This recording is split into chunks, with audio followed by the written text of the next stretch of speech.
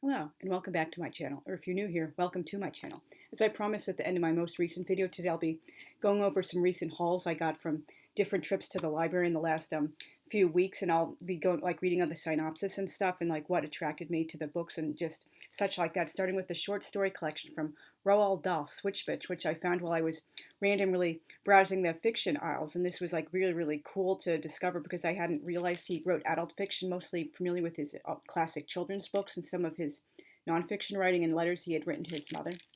Here at last, more than 20 years after Someone Like You, almost 15 years since Kiss Kiss, is a new collection of adult stories by the supreme master of nastiness, except, of course, when he's writing about Charlie of the chocolate factory in the great glass elevator, and James of the giant peach. Stand by to encounter Uncle Oswald, who likes scorpions and seducing ladies on top of pyramids, magnificent views, and you can always spot the approach of the opposition, but who shouldn't have stayed the night with a very new friend he met by chance in the Sinai Desert. Vic, the suburban Jupiter, who works out a completely foolproof system for the great switcheroo, and foolishly takes the shape and the place of luscious Samantha's husband, Jerry. Anna, who doesn't realize that you should never call up a long-lost beau if he's a doctor and lives in Dallas. Irrepressible Uncle Oswald again, whose chemist friend has invented a totally irresistible perfume. In short, 4 cautionary Mother Goose Pimple tales for grown-ups, each of them laced with elegant fun and horrible surprises. And I have a really macabre sense of humor, and I like weird, creepy stuff, so hopefully these stories are going to be right up my alley. And was on, they had a display of various books. I think it was about books related to kings and queens and royals and stuff, and this is obviously historical fiction. It's the first book of a trilogy, The Sisters of Versailles by Sally Christie, and unfortunately some knucklehead works at the library put a piece of tape over the synopsis in the back, so I had to look up the full thing on Amazon. It's very frustrating when they do that so much.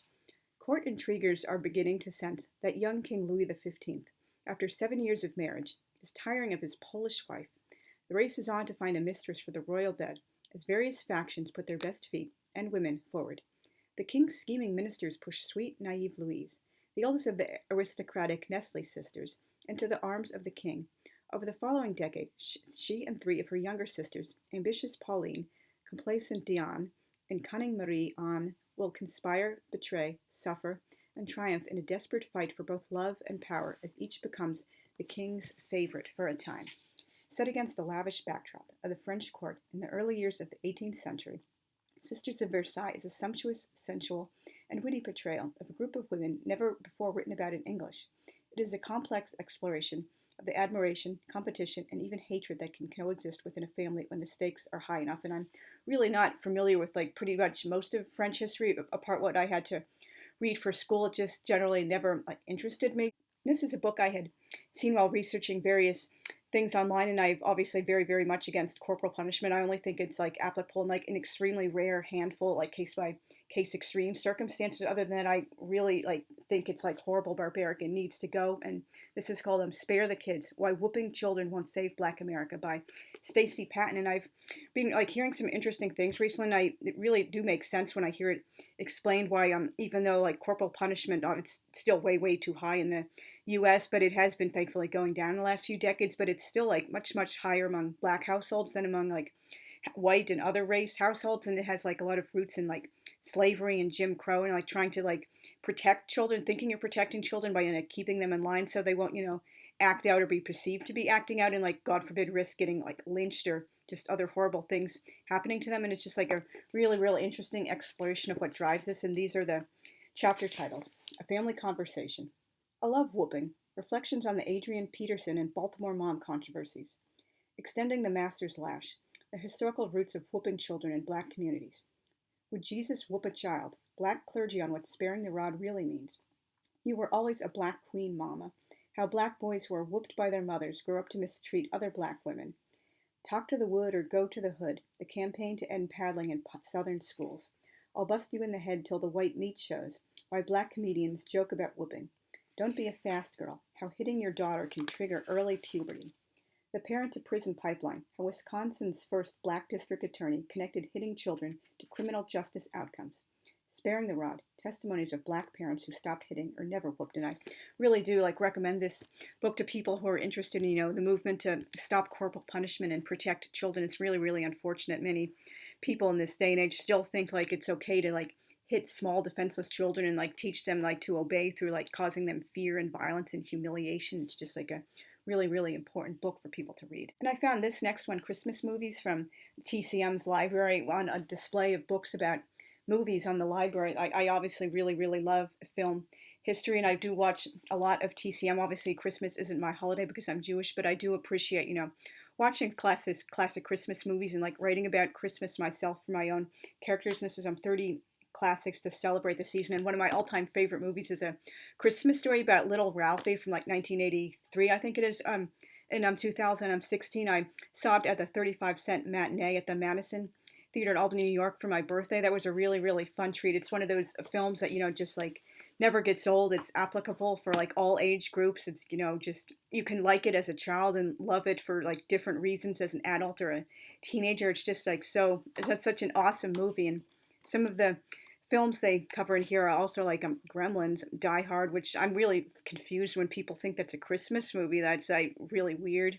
Like Home Alone, National Lampoon's Christmas Vacation, The Apartment, The Lion in Winter, It's a Wonderful Life, Miracle on 34th Street, Christmas in Connecticut, Miracle on Main Street, and a bunch of other films like that. And so hopefully this will be a really fun book.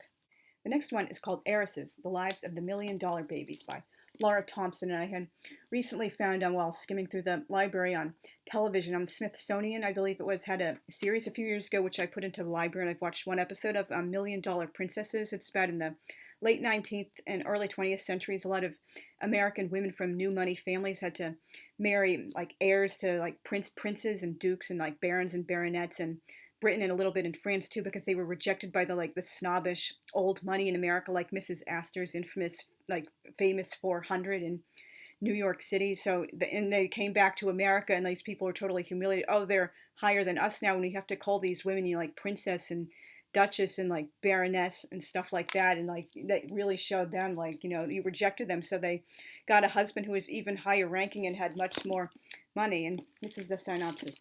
Heiresses. Surely they are among the luckiest women on earth. Are they not to be envied with their private jets and Chanel wardrobes and endless funds? Yet all too often these gilded lives have been beset with trauma and despair. Before the 20th century, a wife's inheritance was the property of her husband, making her vulnerable to kidnapping, forced marriages, even confinement in an asylum. And in modern times, heiresses fell victim to fortune hunters who squandered their millions.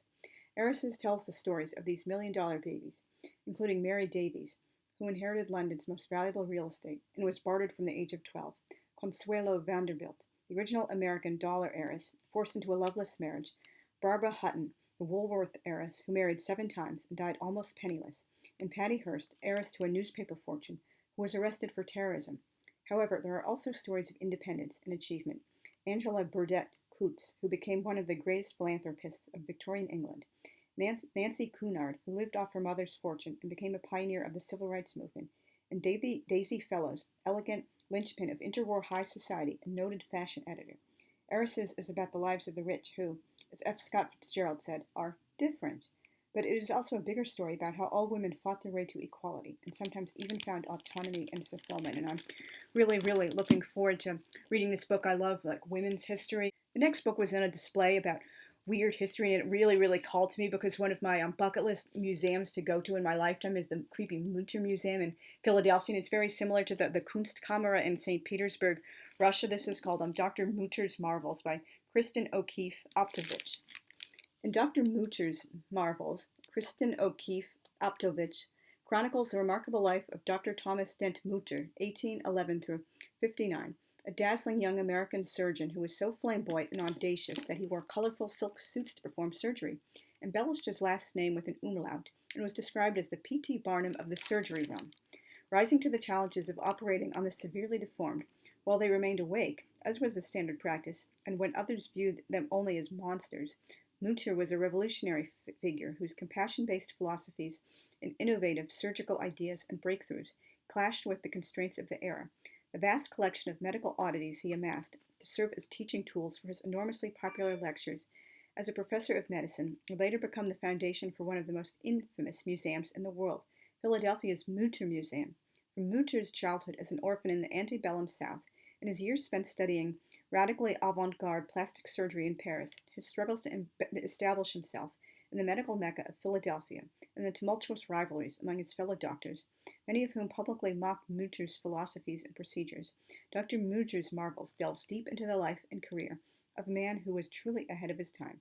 Through Mütter's humanist eyes, we are given a front row seat to the evolution of American medicine, bleedings and leechings and surgeries performed on fully conscious patients, the standardization of medical schools, and the institution of pre- and post-operative care, the discovery of anesthesia and the medical community's frustrating resistance to the antisepsis practices of washing hands and sterilizing tools, the unimaginable medical cases resulting from the rise of industrialism, the harrowing challenges women faced, both as largely mistreated and misunderstood patients and as aspiring doctors striving to be seen as equals, all of it set against the calamitous backdrop of a country marching towards the Civil War. Based on more than 15 years of research, including full access to the extensive archives of the Mütter Museum, Dr. Mütter's Marvels is suffused with fascinating period detail, compelling narrative, and memorable characters. Illustrated with more than 70 startling images, this is the never-before-told true story of a dramatic turning point in American medicine through the journey and influence of one extraordinary man. I know I love the author is posing with a skull in her author picture in the back. That is like so awesome. That's one of the things also on my bucket list I would love to have to decorate my desk or like a little like secretary or cabinet someday, like real human skull, or at least like a crystal or replica, something like that. That would be, I love the macabre, and I'm really looking forward because Halloween is coming up. I can like bust out my spooky jewelry, and I'm really looking forward to seeing the creepy pictures in this book. And I absolutely love, I can't say enough about how much I absolutely love like medical curiosities and watching documentaries on things like, parasitic twins and like craniopagus parasitigus and like, vanishing twin syndrome and like fetus in fetu, and just like really cool. Well, obviously it's not like cool for the people who are suffering, but it just looks interesting on like the x-rays and the skeletons, and it's just so outside of the usual, not what you're expecting, that just like kind of draws me to it because it's so like macabre and like different from the others, and I absolutely love it. I'm sorry if I'm rambling. I just absolutely love medical curiosities and things like that.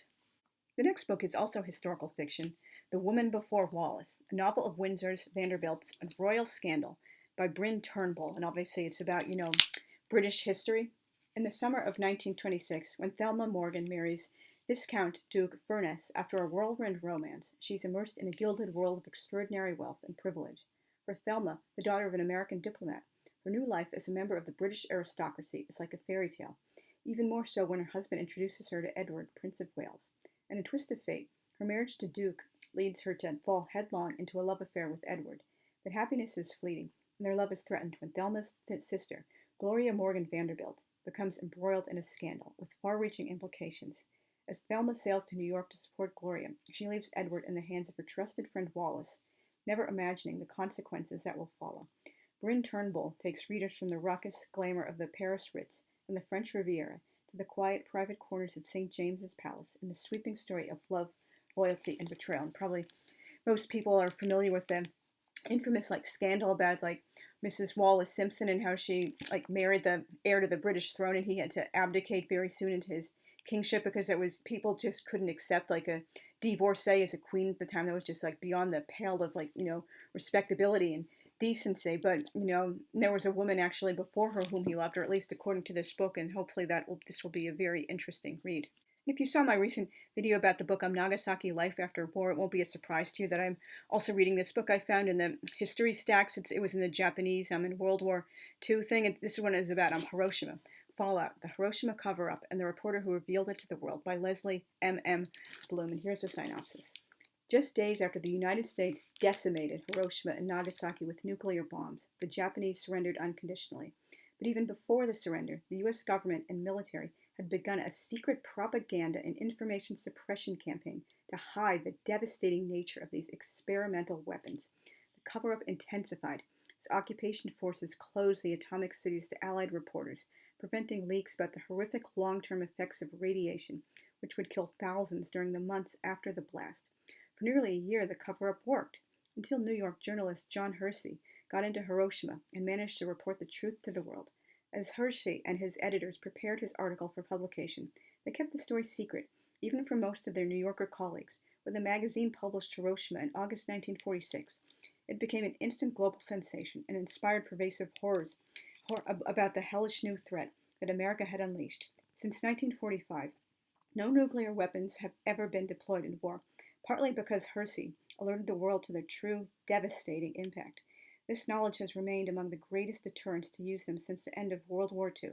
Released on the 75th anniversary of the Hiroshima bombing, Fallout is an engrossing detective story, as well as an important piece of history hidden that shows how one heroic scoop saved, and can still save, the world. And if you saw the Nagasaki video and comments I've made in other videos, you know I'm 100% against the dropping of the bombs, and I have been since like about 1994 or 95 when I was 14 or 15 years old. And I explained and read excerpts in the Nagasaki video. It's just like there was a propaganda campaign to like cover it up and suppress dissent and make Americans believe we had to drop the bombs, and like the BS claim that it was saving a million American lives, which is like completely beyond exaggerated, and they just like covered up the medical things that were happening, the true extent of radiation poisoning and how many people were actually dying. And they wouldn't even like let Japanese get real like medical treatment. They hijacked the medical samples and like ship them to the United States for research that could benefit Americans, God forbid the Japanese, and just like so many like horrible things. One of many reasons I'm against the dropping of these bombs. And I found this one in the new books section, The School That Escaped the Nazis by Deborah Cadbury, the true story of the school teacher who defied Hitler. And obviously, love World War II. The show and the World War II era is one of my areas of historical expertise. I write a lot of historical fiction set during that era, as well as like people who survived those times, like going through like their life like many decades afterwards.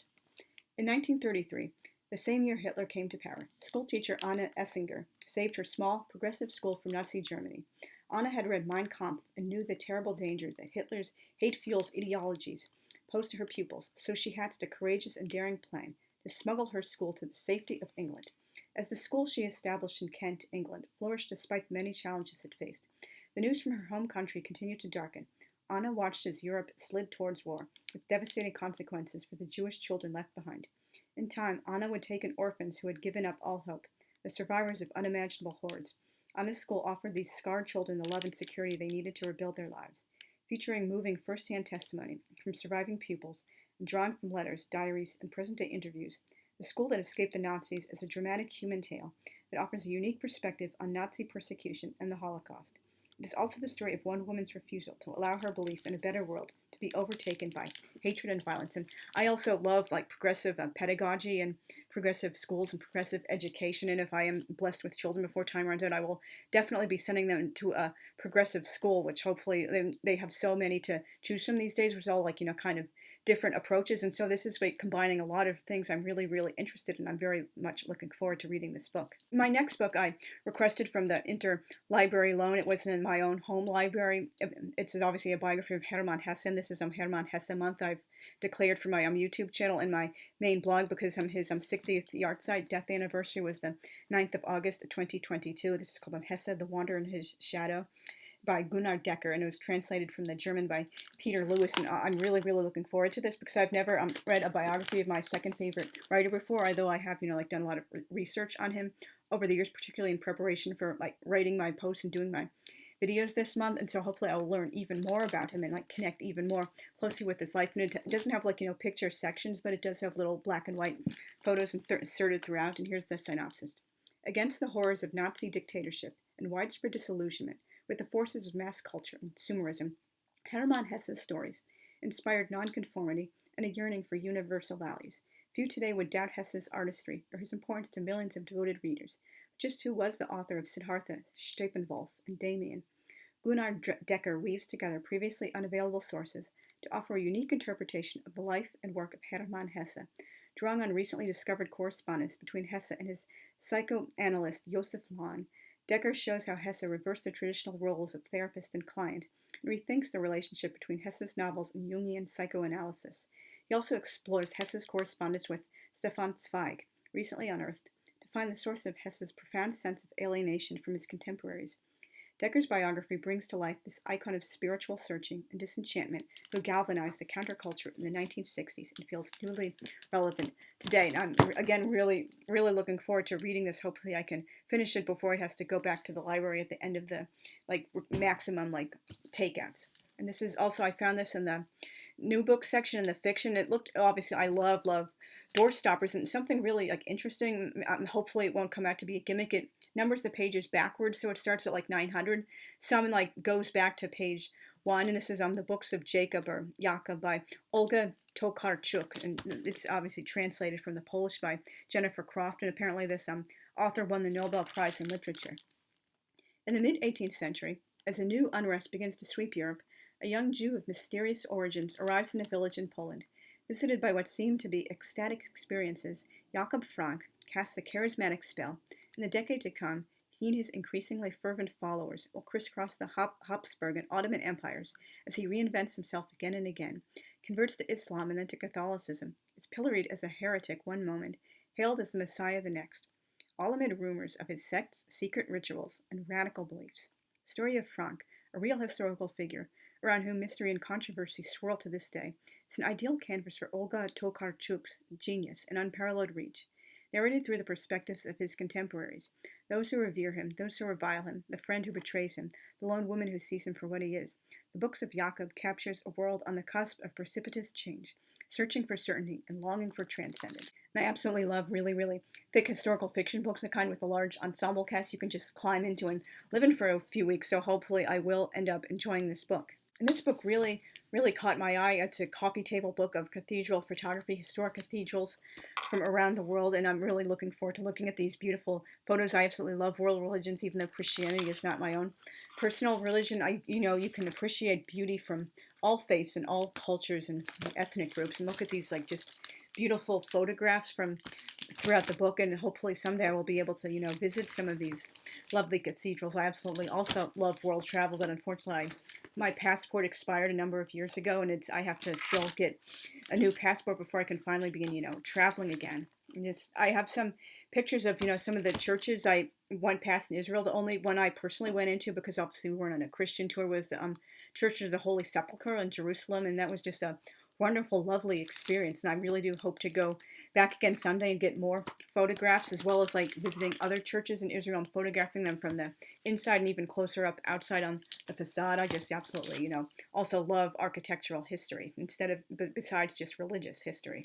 And this is a short, basically kind of like a coffee table book of photography about the Lovings, an intimate portrait, photographs by Gray Villett and text by Barbara Villett. And as like most people hopefully know, the Lovings were the couple that finally struck down across the whole U.S. in the 1960s, like racist anti-miscegenation laws that forbade interracial relationship. And it's like kind of hard to think of it from a modern perspective. How could anyone think this was, a bad thing? People are people. You fall in love with who you fall in love with. Like, who cares what color their skin is? But back in the context of like the past, it was seen as like a huge scandal if you were like marrying outside of your skin color. It was like really like brave, or some people might think it was like insane or like worthy of being punished, and like many people were, lynched if they were even like considered, like they thought they were dating another person or like making advances on them. But thank God, like society has come so far, and like people don't, decent people at least don't bat an eye at like if you're marrying someone who's a different skin color. If I married a husband, I could care less what color his skin is, and like there are so many different people in Israel from like all around the world. Like there's lots of like dark-skinned Ethiopian Jews, as well as like like brown-skinned Jews from like India and the Indian subcontinent, as well as like some from like the Far East. And I do happen to think Japanese men are very handsome. That would be like really interesting if I met like a Japanese Jewish man and we got married. And this is the final book I saw. It's like a really, really big, heavy coffee table book. They couldn't even fit it on the shelf. They had to like stack it like long ways on the bottom shelf. It's an oceanology book from the Smithsonian, The Secrets of the Sea Revealed. And I absolutely love like marine life and underwater animals, as I expressed in several previous videos when I was showing other coffee table books about animals and underwater life. Just so many like beautiful like fish. Here, I'll show you guys. I'm sorry if that angle isn't particularly good, but I really can't control where and when I film, and I just absolutely love underwater life. And one of the most recent puzzles I got, haven't started yet, it's 2,000 pieces. It's called Reef Rush Hour, with the beautiful colorful tropical fish and a couple of like big sea turtles and starfish and coral reefs and just like all these like fun beautiful stuff. And when I see underwater photography and fish, it's kind of like a comforting feeling, because at the end of my days, hopefully not until after I'm 120 years old, I want to be buried at sea, and like just that'll be my grave, and my cemetery will be like these beautiful like peaceful underwater